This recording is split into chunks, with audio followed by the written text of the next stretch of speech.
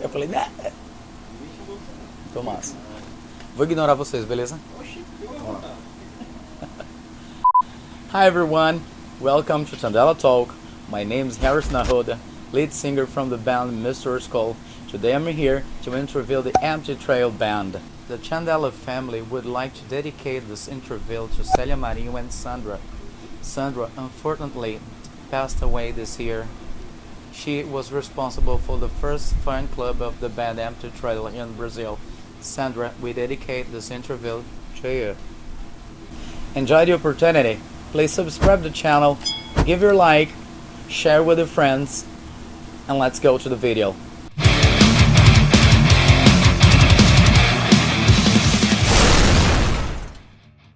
What was your first contact with music? If I am reading this correctly, my first contact with music was probably can't remember at what age it started. I remember listening to was it rock lobster when I was really young. That's funny. No, I mean it was I think I got really into music when I was in 7th grade. That's when I got introduced to Metallica, more hard rock. So I've always kind of listened to rock music when I was a little kid. My mom was like super into Metallica, Alice in Chains, Megadeth, and stuff. So pretty much from the beginning, I've always loved rock music. Had contact with it in some way. We'll fly somewhere where we can feel the crowds. We'll breathe the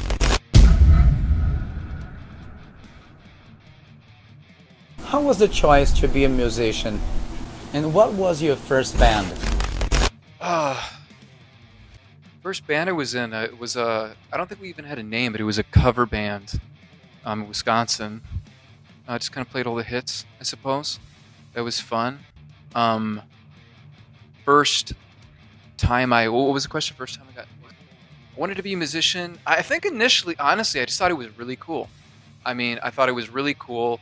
I guess it made me feel cool at a very young age, and maybe like people are like not feeling that way.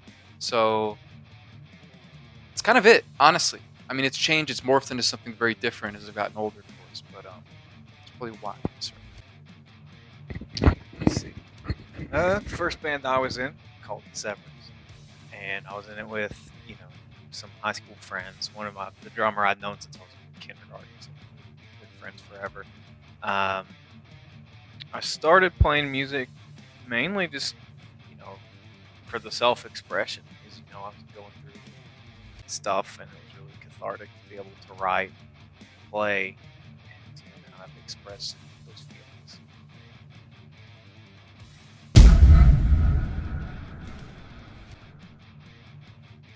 How the idea of the Empty Trail came up?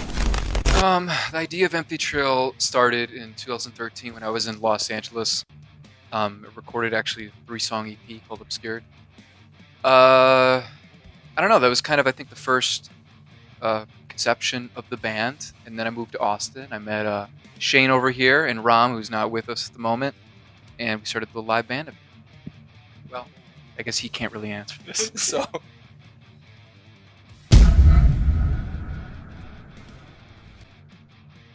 Now talking about the Bear album, how was the process of recording and composing the songs? Shane also can't answer this, sadly he wasn't on it, but the Bear album was done actually at home in Austin. There was a couple different drummers that recorded on it. Who recorded on it? Chris Farrell recorded on it. Ram played on 3 tracks, I believe. I remember Rust is one of them. I forgot which other ones. I guess we did a lot of takes. And then another drummer, which I apologize. But the process was just literally writing the songs, recording stuff. I'm going to another studio to have other drummers record the live drum tracks. And then George Lever, UK, mixed the master. walls put up to keep them out. Would you resent me?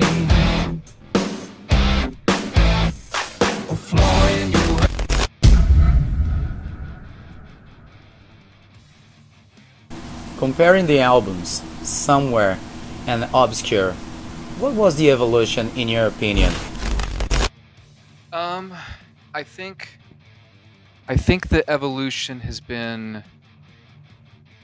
I mean, it's kind of a weird way to word it, but I think we tried to maybe make things a little more like mainstream, for lack of a better word.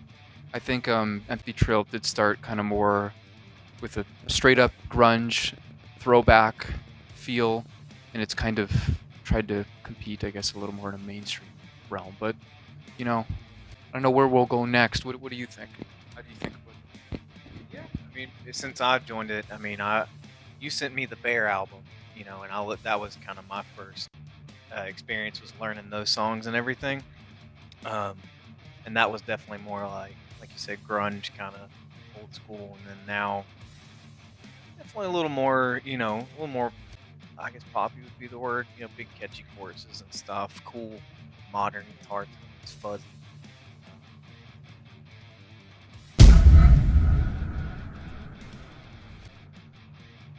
What message do you want to pass in the album Somewhere?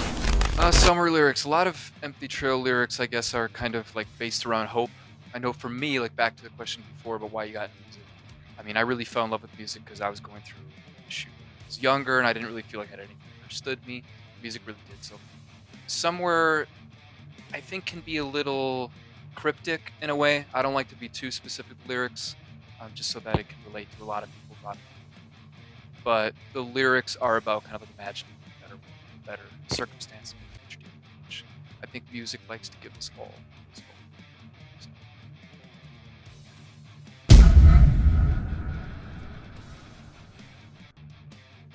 How do you guys define the sound you do today? How to describe the sound of Empty Trail? I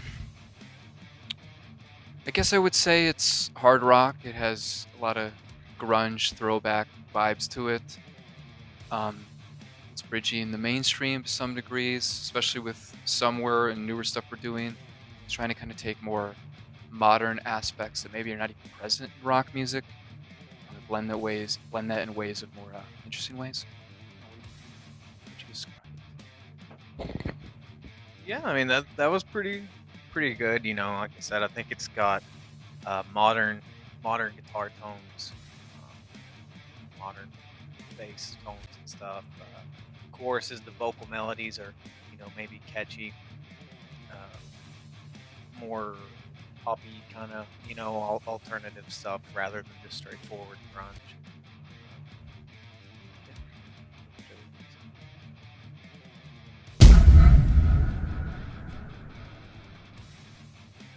Rick, you're a guy that likes to interact with fans in the social media. What does it represent to you? Yeah, I don't know. I mean, I like to always connect with our fan base. I mean, truly, it's a really good experience to have. I think without fans of anything you do, in some regard, what do you have? I mean, fans really are what make anything possible. So I definitely don't take it for granted when anybody reaches out to the band page. I love interacting with everybody. Truly, it's an amazing experience. So it means a lot to me. So. I don't interact maybe quite as much as Rick does, but I second everything he says. I appreciate the support and I feel it. I see it. Yeah, I guess I'll have to start trying to interact more. Get out there. Maybe. Grab a moment to break from this and break from this and break. Oh, there we are, eternal.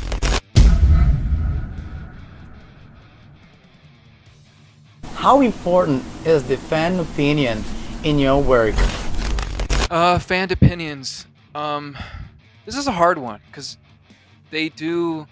I mean, I think for maybe any artist, I mean, okay, so I said before, and I agree that I care a lot about our fans. So I do generally care about their opinions. I think it's kind of a hard aspect as an artist to kind of listen to what everybody's saying and kind of drive towards that direction, which sometimes could be good situation, or sometimes to kind of just as an artist really stay true to yourself, and hope that your fans follow you along. So for me, yes and no. That's kind of how I feel about it. Truly. What do you think? How do you feel?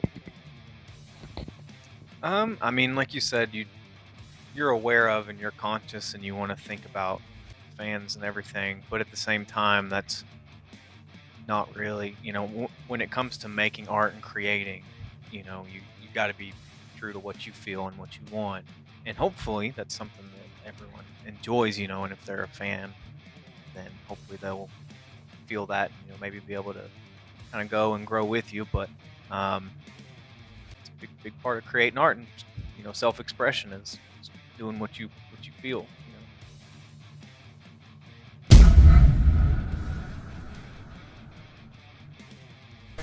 Do you know any band from Brazil? And do you have plans to come here? I don't know any specific bands. Brazil, I think Sepultura is from Brazil, right?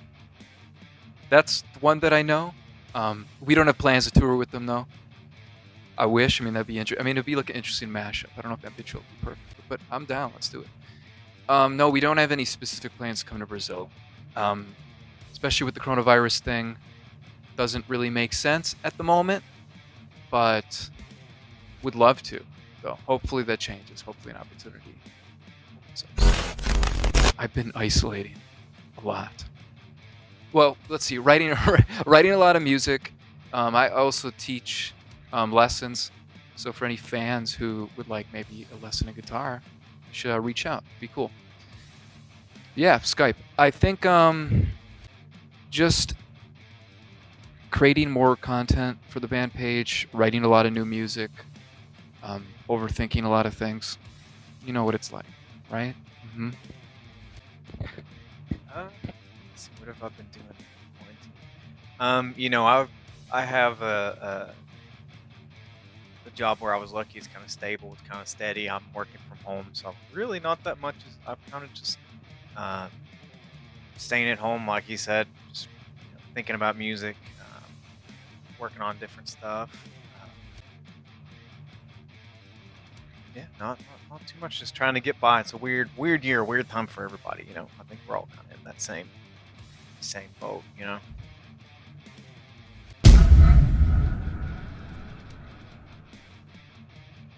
I would like to thank you for the interview, and now we open the space for you to let him answer for your fans. Well, thank you so much for having us. We really appreciate it. We really would love to come to Brazil at some point. Really appreciate all the love from Brazil.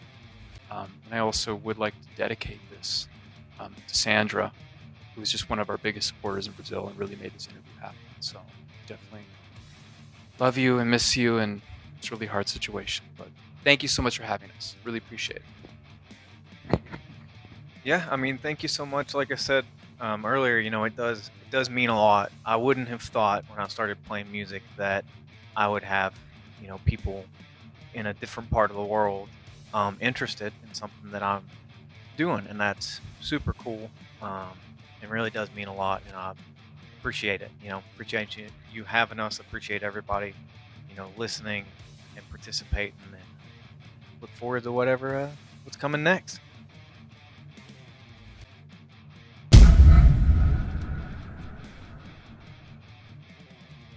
So that's it, guys. If you enjoyed the video, subscribe to the channel, leave a like, share with your friends, and see you.